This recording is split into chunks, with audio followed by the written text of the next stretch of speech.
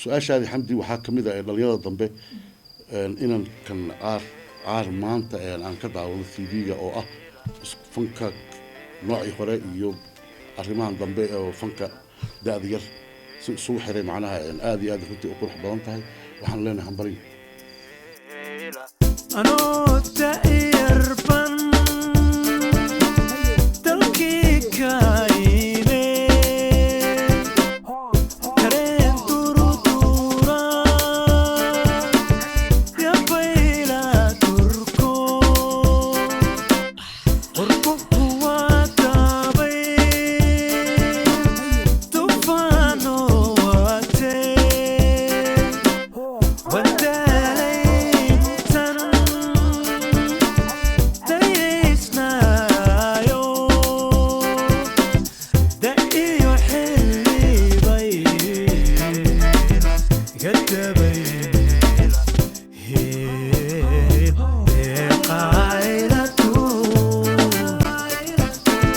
Te voy